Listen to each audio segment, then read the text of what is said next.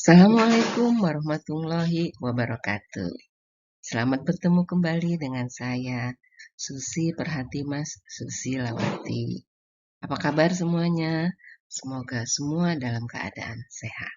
Ya, kali ini saya akan membahas tentang topik yang sangat menarik, yang pastinya sangat dibutuhkan oleh kita sebagai seorang wanita usia subur.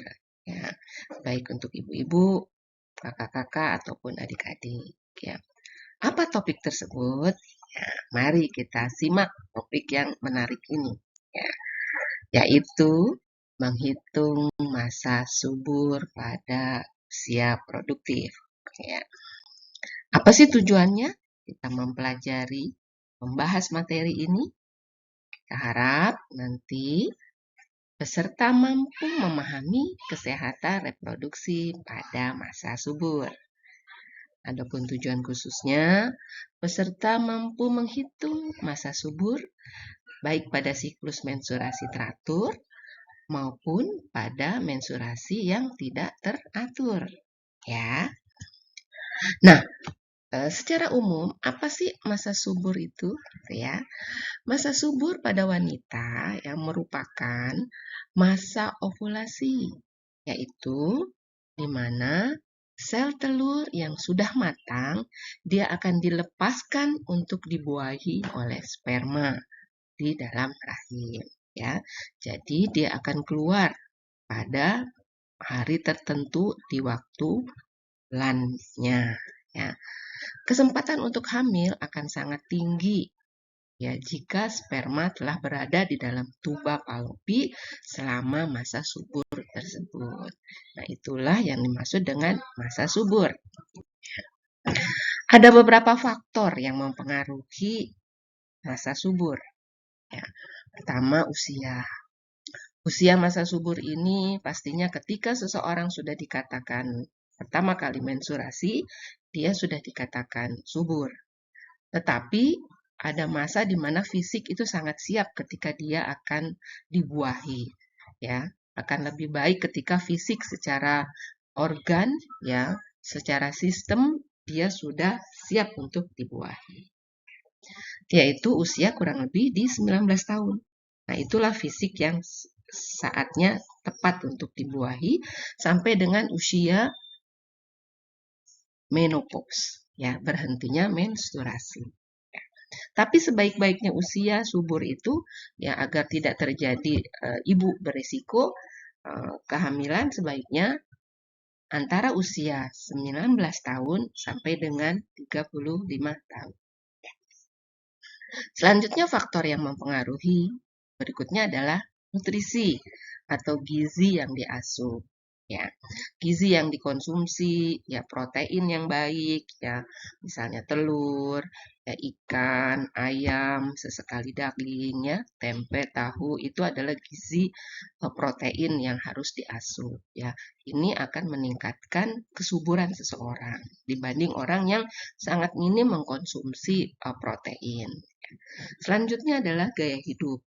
Gaya hidup ini adalah kebiasaan. Ya, kebiasaan di sini adalah pola-pola yang sering dilakukan selama kehidupannya. Ya, misalnya orang yang suka merokok, ya kebiasaan rokok atau kebiasaan menggunakan zat adiktif, ya, ataupun orang-orang yang mungkin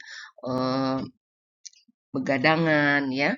Nah, itu adalah membuat sistem di dalam tubuhnya akan tidak sehat ya.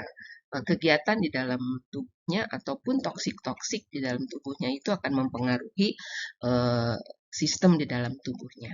Kemudian penyakit. Penyakit ini juga akan mempengaruhi terutama penyakit kronis. Nah, penyakit kronis seperti apa? Penyakit yang menahun, ya, misalnya penyakit-penyakit infeksi yang dideritanya, ya, seperti TB paru, ya, hepatitis, ya, atau penyakit degeneratif lainnya, ya, seperti diabetes mellitus. Ini juga akan mempengaruhi kesuburan seseorang, ya.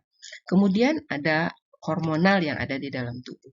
si individu itu ya. Estrogen dan progesteron menjadi sangat penting ketika seseorang itu masuk ke fase subur. Orang yang mengalami masalah dengan produksi dari hormonnya itu terganggu, maka dia pun biasanya akan agak terganggu dengan kesuburannya itu ya. Apa sih ciri fisiknya seseorang dikatakan subur ya? Saat-saat seperti apa yang siap untuk diovulasikan? Pertama, dia akan terasa suhu tubuhnya itu lebih meningkat dari normalnya di pagi hari. Normalnya berapa? Normalnya kurang lebih 35 derajat Celcius sampai dengan 36,5 atau 36,7 derajat. Itu normalnya ya. Kemudian terjadi perubahan cairan pada vagina di mana cairan tersebut lebih meningkat dan warnanya lebih jernih ya dan lebih elastis ya bentuk cairannya itu. Nah, itu biasanya keluar pada seorang wanita yang masuk ke masa subur ya. Selanjutnya mulut rahim terasa lebih elastis ya, otot-otot di sekitarnya lebih lunak ya. Terasa nyeri panggul mungkin karena terasa berat ya di sekitar bagian bokong bagian bawah ya. Kemudian mamai atau payudara terasa sensitif ya karena di situ terjadi peningkatan-peningkatan hormonal yang mungkin agak sedikit mengencang atau keras ya atau nyeri saat disentuh ya. Dan ada lagi terjadinya peningkatan seksualitas ya. Biasanya libidonya lebih tinggi ketika seorang mengalami masa subur ya. Nah, kita bisa melihat siklus haid ini teratur atau tidak, kita bisa identifikasi ketika seseorang yang menstruasinya antara 25 sampai 35 hari sekali ya. Nah, itu kita hitung masa suburnya itu pada hari pertama haid terakhir atau HPHT kurang lebih 12 sampai dengan hari ke-16. Nah, itulah masa subur si wanita tersebut. Tapi kalau haid tidak teratur, kita harus hitung haid wanita tersebut selama 6 bulan. Jadi bulan pertama mungkin tanggal berapa, bulan kedua, bulan ketiga, bulan keempat, bulan kelima sampai dengan bulan keenam ya.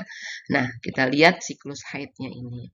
Jadi kalau siklus haid teratur antara 25 sampai 35 hari, nah itu tinggal misalnya kita setiap tanggal 28 ya. Mungkin kalau bergeser sehari 2 hari itu masih dikatakan siklus haid teratur ya. Jadi itu diambil rentangnya ya pada hari ke-12 dan hari ke-16. Itulah masa suburnya. Tapi kalau tadi tidak teratur, itu dihitung setiap bulan itu tanggal berapa jatuhnya dia menstruasi pertamanya. Ya, kemudian tentukan hari terpendek dan hari terpanjangnya pada 6 bulan tersebut. Ya, kemudian jumlah terpendek dikurangi 11 dan jumlah terpanjang dikurangi 11, yaitulah masa akhir dari masa suburnya ya. Sekarang kita lihat contohnya. Kita hitung yuk. Ini contoh kasus haid teratur. Seorang ibu HPHT-nya tanggal 7 Februari 2023. Nah, maka masa suburnya itu hari ke-12 sampai dengan hari ke-16. Karena keluarnya ovum atau sel telur itu hanya 1 kali dalam sebulan pada seorang wanita ya, normalinya ya. Nah, karena tadi hari ke-12 sampai dengan hari ke-16, maka tanggal 7 tadi kita hitung hari ke-12-nya ya. Tapi tanggal 7 itu kita hitung sudah hari pertama ya. Jadi 7 ditambah 12 kan harusnya 19 ya. Tapi karena 7-nya sudah kita hitung, maka dia menjadi 19 dikurang 1 ya. Jadi 18. 18 sampai dengan hari ke-16, berarti 7 tambah 16, ya 7-nya sudah kita hitung, harusnya 23, jadi kita pundurkan 22. Jadi antara tanggal 18 sampai dengan tanggal 22 Februari, ya, itu adalah masa subur si wanita tersebut, ya. Jadi rentangnya dari tanggal 18 atau hari ke-18 sampai dengan hari ke-22 Februari, itulah masa suburnya, ya. Nah, Kalau contoh kasus dari haid tidak teratur, tadi kita hitung 6 bulan ya, setiap bulan kita catat tanggalnya, 30 hari, 28 hari, 32 hari, 27 hari, hari ke 32 hari ya. Nah, yang terpendeknya tanggal 27 ya, yang terpanjangnya tanggal 32 ya. Maka tanggal 27 dikurang 18 itu 9. Nah, 32 dikurang 11 karena tadi terpendeknya ya tambah dengan 22. Nah, maka masa suburnya itu hari ke-9 sampai dengan hari ke-22 dari HPHT-nya ya. Semoga apa yang saya sampaikan bisa bermanfaat untuk kita semua. Terima kasih sekali lagi atas perhatiannya. Sampai berjumpa pada topik yang menarik berikutnya.